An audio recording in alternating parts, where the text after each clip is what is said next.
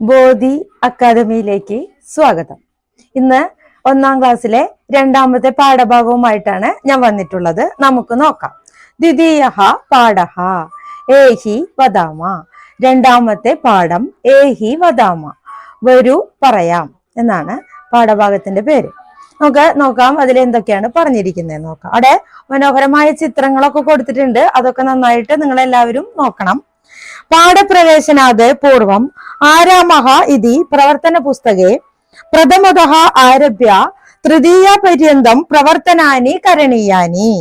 പാഠപ്രവേശനാത് പൂർവം, മുമ്പ് പാഠത്തിലേക്ക് പ്രവേശിക്കുന്നതിന് മുമ്പ് ആരാമഃ ഇതി പ്രവർത്തന പുസ്തകേ, ആരാമം എന്ന പ്രവർത്തന പുസ്തകത്തില് പ്രഥമതഃ ആരഭ്യ ഒന്ന് മുതൽ ആരംഭിച്ച് തൃതീയ പര്യന്തം 3 വരെ പ്രവർത്തനാനി കരണീയാനി, 1 മുതൽ 3 വരെയുള്ള പ്രവർത്തനങ്ങൾ ചെയ്യണമെന്ന് മുന്നേ പറഞ്ഞിട്ടുണ്ട്. ഇനി നമുക്ക് നോക്കാം. ചിത്രേ കിം കിം പശ്യതി. അവിടെ ഒരു ചിത്രം കൊടുത്തിട്ടുണ്ട്. ആ ചിത്രത്തില് എന്തൊക്കെയാണ് കാണുന്നത് എന്നാണ് നിങ്ങളോട് ചോദിക്കുന്നത്. പ്രഭാത സൂര്യൻ സർവേ ദൃഷ്ടവന്തഃ ഖലു. പ്രഭാത സൂര്യനെ എല്ലാവരും കാണുന്നുണ്ടോ? അവിടെ പ്രഭാത സൂര്യനെ കാണുന്നുണ്ടോ? ഉണ്ടോ? ഇല്ല അല്ലെ? അപ്പൊ പ്രഭാത സൂര്യനെ കാണുന്നില്ല. പക്ഷിമൃഗാദീനാം പുഷ്പലതാദീനാം ച സ്വരൂപാനി ജാനന്തി കില. പക്ഷിമൃഗങ്ങളുടെയും പുഷ്പലതാദികളുടെയും രൂപങ്ങള് ജാനന്തി കില, അവിടെ കാണുന്നുണ്ടോ? പക്ഷിമൃഗാദീനാം പക്ഷികളെ കാണുന്നുണ്ട് അല്ലെ? മൃഗങ്ങളെ ഒന്നും നമുക്ക് അവിടെ കാണാനായിട്ട് സാധിക്കുന്നില്ല. പുഷ്പങ്ങള് അല്ലെ, പുഷ്പലതാദികള്, പുഷ്പങ്ങളും വള്ളികളും ഒക്കെ നമുക്ക് ഇവിടെ കാണാനായിട്ട് സാധിക്കുന്നുണ്ട്. അപ്പൊ അവിടെ അതുകൊണ്ടാണ് അവിടെ ആം എന്നാണ് പറയേണ്ടത് ഉണ്ട്. പക്ഷെ പക്ഷിമൃഗാദികള് ഇല്ല. പക്ഷികളുണ്ട്, മൃഗങ്ങള് ഇല്ല. മനോഹരം ഉദ്യാനം പശ്യാമഹ. ഈ മനോഹരമായ ഉദ്യാനം നോക്കാം എന്നാണ് പറയുന്നത്. ഇനി നമുക്ക് അടുത്ത പേജ് 18ാമത്തെ പേജ് നോക്കാം. 18ാമത്തെ പേജില് ഏഹി വദാമ എന്ന് എഴുതിയിട്ടുണ്ട്.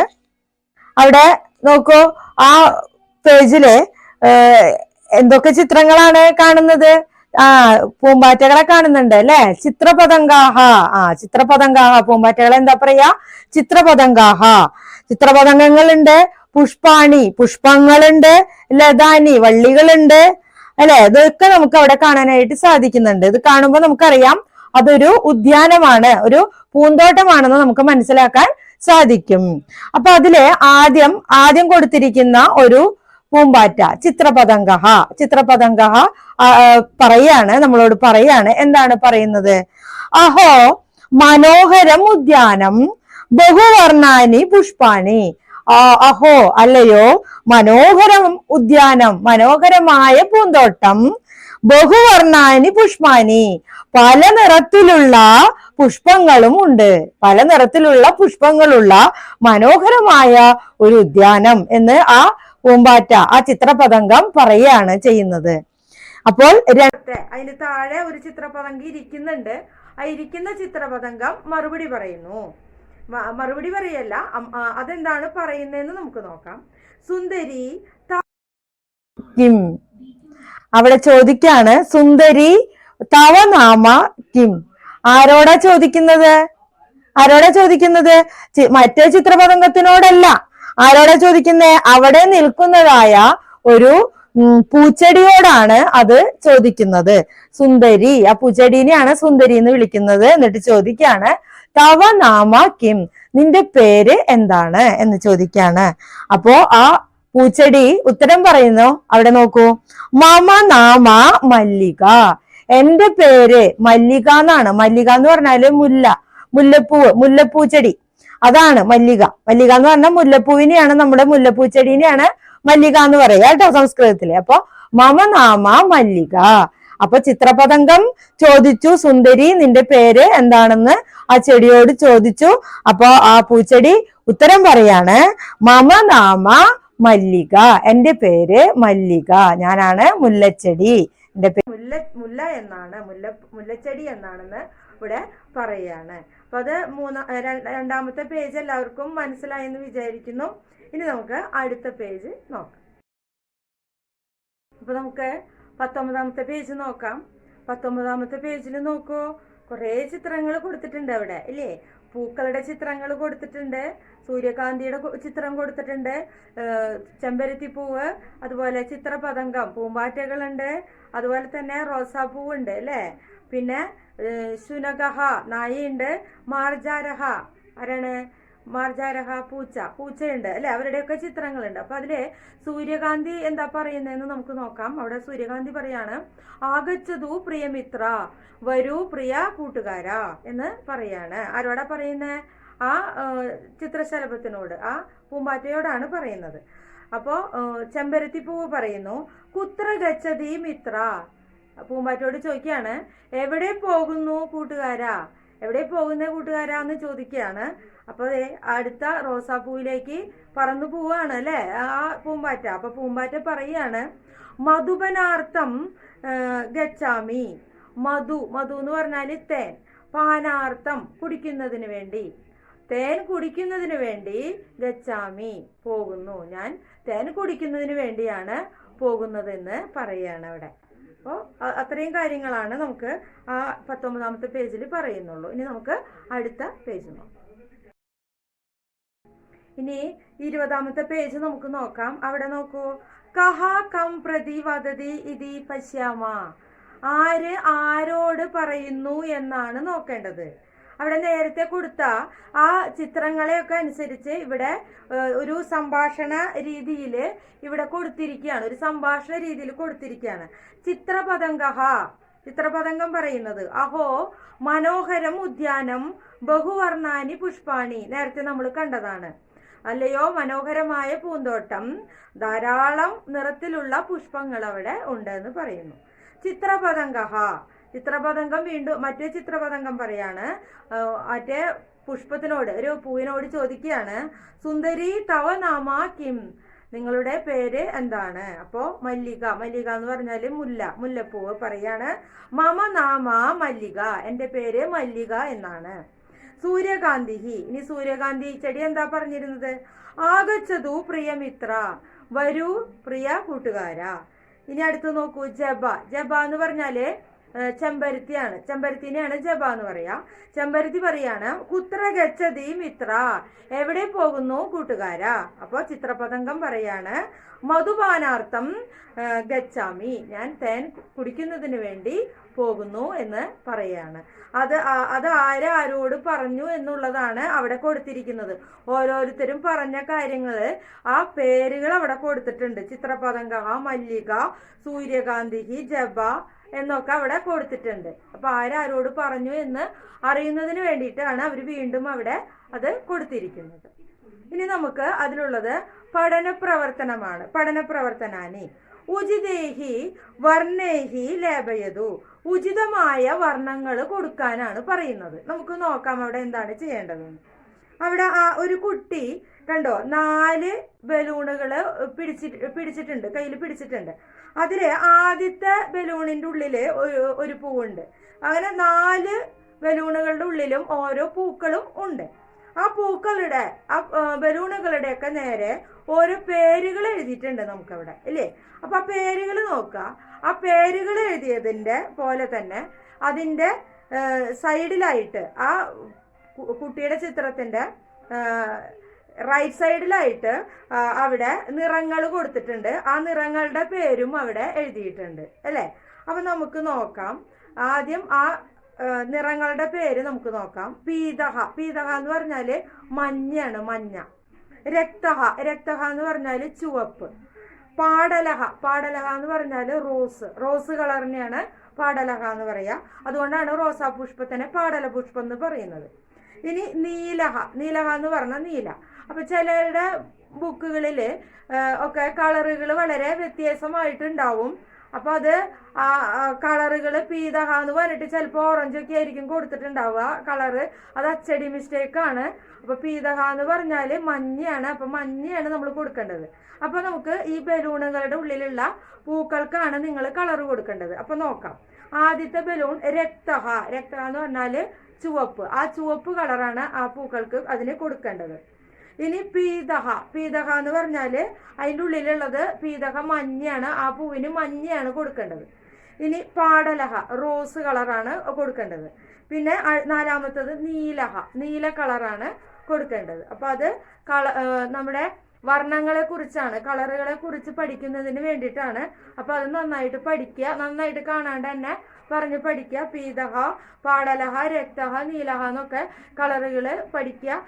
അത് കൂടാതെ കുട്ടികൾക്ക്, മുതിർന്നവര് കളർ പെൻസിലോ അല്ലെങ്കിൽ അതുപോലെ തന്നെ കളർ ചോക്കോ അല്ലെങ്കിൽ കളർ കൊണ്ടുള്ള പേപ്പറോ അതൊക്കെ എടുത്തിട്ട് ആ കളറുകൾ കാണിച്ചിട്ട് അതിനെ സംസ്കൃതത്തിൽ എന്താ പറയാന്ന് ചോദിക്കുക. അങ്ങനെ നിങ്ങൾക്ക് കുട്ടികളെ പഠിപ്പിക്കാം കേട്ടോ. അപ്പൊ അങ്ങനെയൊക്കെ ചെയ്തു കഴിഞ്ഞാൽ കുട്ടികൾ വേഗം ആ കളറുകളെ കുറിച്ച് വേഗം പഠിക്കും. കളറിന്റെ പേര് പറയാൻ അവർ പഠിക്കും.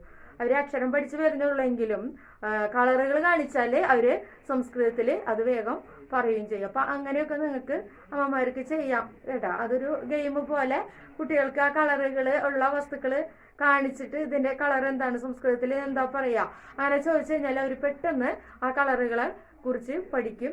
അപ്പൊ അത് അങ്ങനെ ചെയ്ത് പഠിപ്പിക്കുക നന്നായിട്ട്. അതുപോലെ ഇത് ഭംഗിയായിട്ട് കളർ ചെയ്യുക കേട്ടോ. ഇനി നമുക്ക് അടുത്ത പേജ് നോക്കാം.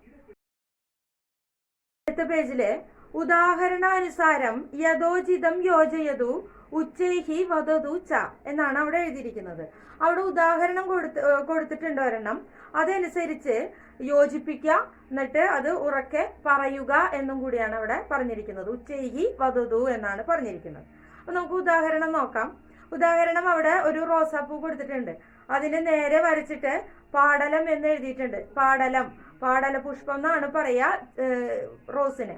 അപ്പൊ വേഗം തന്നെ സ്കെയിലും പെൻസിലും എടുത്തിട്ട് പാടലം എന്നുള്ളത് വരച്ചിട്ടുണ്ട്. ഇനി രണ്ടാമത്തെ നമുക്ക് നോക്കാം. രണ്ടാമത്തെ ശംഖുപുഷ്പാണ്.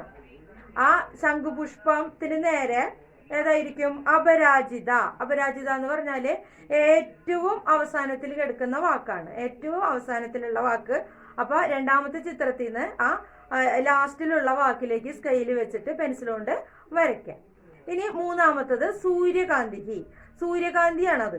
സൂര്യകാന്തിയുടെ ചിത്രം കൊടുത്തിട്ടുണ്ട്. സൂര്യകാന്തിനെ സൂര്യകാന്തി എന്ന് തന്നെയാ പറയാ. അപ്പൊ ആദ്യത്തെ വാക്കാണ് സൂര്യകാന്തി. അപ്പൊ മൂന്നാമത്തെ ചിത്രത്തിൽ നിന്ന് ആദ്യത്തെ വാക്കിലേക്ക് സ്കെയില് വെച്ച് വരയ്ക്കാം. ഇനി നാലാമത്തത് ചെമ്പരത്തിയാണ്. ചെമ്പരത്തിനെ ജപാകുസുമം, ജപാപുഷ്പം എന്നൊക്കെ പറയും. അപ്പൊ അവിടെ നാലാമത്തതായ ചെമ്പരത്തിയിലെ സ്കെയില് വെച്ചിട്ട് രണ്ടാമത്തെ വാക്കാണ് ജപ എന്നുള്ളത്, അതിലേക്ക് സ്കെയില് വെച്ചിട്ട് വരയ്ക്കാം. ഇനി അടുത്തത് മുല്ലപ്പൂവാണ്. മുല്ലപ്പൂവിനെ നമ്മൾ പരിചയപ്പെട്ടു അല്ലെ, ഈ പാഠഭാഗത്ത് തന്നെ പഠിച്ചു. മല്ലിക. അപ്പൊ സ്കെയിൽ എടുക്കുക, എന്നിട്ട് വേഗം തന്നെ ആ മുല്ലപ്പൂവിന്റെ അടുത്തുനിന്ന് മൂന്നാമത്തെ വാക്കിലേക്ക് സ്കെയിൽ വെച്ചിട്ട് വരയ്ക്കുക മല്ലിക. അപ്പൊ അത് മനസ്സിലായി എന്ന് വിചാരിക്കുന്നു. ടീച്ചർ ഇവിടെ കാണിക്കും. അപ്പൊ അത് മനസ്സിലാവാത്തവരുണ്ടെങ്കിൽ ഒന്നും കൂടി നോക്കിയിട്ട് ക്ലിയർ ആയിട്ട് വരച്ച് മനസ്സിലാക്കിയിട്ട് അവയുടെ പേരുകളൊക്കെ നന്നായിട്ട് പഠിക്കാം.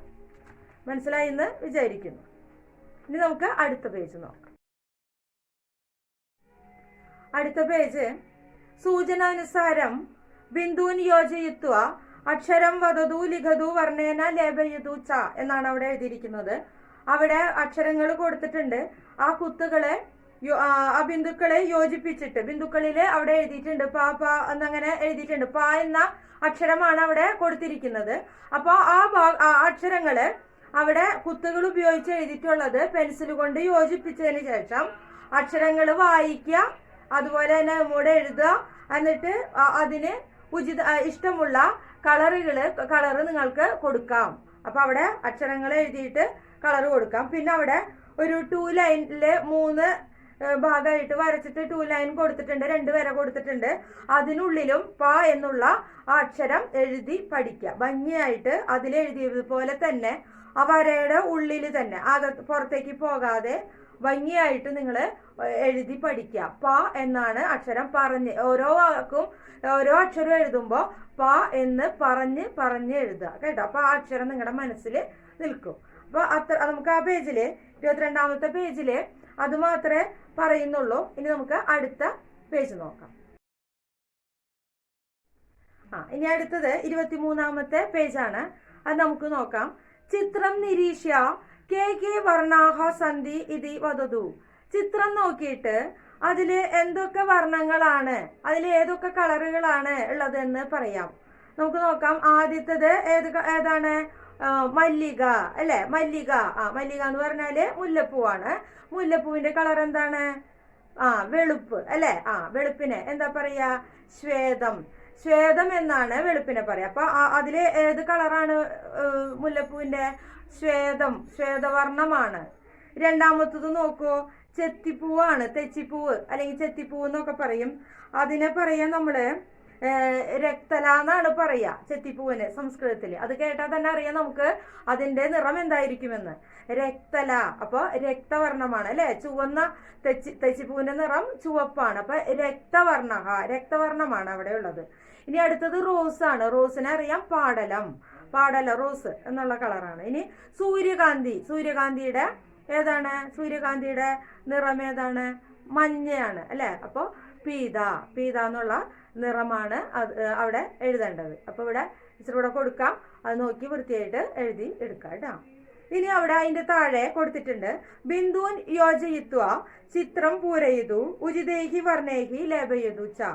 ബിന്ദുക്കൾ യോജിപ്പിക്കുക. അവിടെ കണ്ടോ, അവിടെ ഒരു 3 ചിത്രം കൊടുത്തിട്ടുണ്ട്. അവിടെ ഒരു 3 ചിത്രമാണ് കൊടുത്തിട്ടുള്ളത്. 3 ചിത്രം കൊടുത്തിട്ടുണ്ട്. അതില് ആദ്യം ഒരു മാർജാരക, ഒരു പൂച്ചയുടെ ചിത്രം കൊടുത്തിട്ടുണ്ട്. അതിന്റെ താഴെയായിട്ട് നായയുടെ ചിത്രം കൊടുത്തിട്ടുണ്ട്, ശുനകഹ. പിന്നെ ചിത്രപതംഗ, പൂമ്പാറ്റയുടെ ചിത്രവും കൊടുത്തിട്ടുണ്ട്. അപ്പൊ അത് കുത്തുകൾ ഇട്ടിട്ടാണ് ബിന്ദുക്കൾ ഇട്ടിട്ടാണ് ചെയ്തിരിക്കുന്നത്. ആ കുത്തുകള് പെൻസിൽ കൊണ്ട് നിങ്ങൾ യോജിപ്പിച്ചിട്ട് ചിത്രം പൂർണ്ണമായിട്ട് വരയ്ക്കുക, ചിത്രം പൂരിപ്പിക്കുക. അത് പൂരിപ്പിച്ചതിന് ശേഷം നിങ്ങൾ അതിന് ഉചിതമായ വർണ്ണങ്ങൾ, നിങ്ങൾക്ക് ഇഷ്ടപ്പെട്ട നിറങ്ങൾ അവിടെ കൊടുക്കാനാണ് പറയുന്നത്. അപ്പൊ അത് നിങ്ങൾ അതുപോലെ ആദ്യ ബിന്ദുക്കൾ യോജിപ്പിച്ച് വരയ്ക്കുക. എന്നിട്ട് നിങ്ങൾ ഇഷ്ടമുള്ള കളറുകൾ അവിടെ കൊടുക്കുക. ഇത്രയൊക്കെയാണ് നമുക്ക് ഈ 23-ാമത്തെ പേജിൽ പറയുന്നത്. അപ്പൊ അത് മനസ്സിലായെന്ന് വിചാരിക്കുന്നു. ഇനി അടുത്ത പേജ് നോക്കാം. പുഷ്പസദൃശാനി മുഖാവരണാനി ധൃത്വ ഉചിതാൻ സ്നേഹോപചാര ശബ്ദാൻ ഉപയുജ്യ സ അഭിനയം സംഭാഷണം കരോതു എന്നാണ് അവിടെ പറയുന്നത്. അവിടെ ഉദാഹരണം കൊടുത്തിരിക്കുന്നു. അതായത് പുഷ്പങ്ങളുടെ ചിത്രങ്ങള് ഉള്ള മുഖാവരണം എന്ന് പറഞ്ഞ മാസ്ക്, പലതരത്തിലുള്ള പുഷ്പങ്ങളുടെ മാസ്കുകൾ ഉപയോഗിച്ചിട്ട്, ആ മുഖാവരണം ഉപയോഗിച്ചിട്ട് ഉചിതമായ സ്നേഹോപചാര ശബ്ദാനുപയുജ്യ, ആ പുഷ്പങ്ങള് സംസാരിക്കുന്നത് പോലെ നിങ്ങൾ സംസാരിച്ചിട്ട്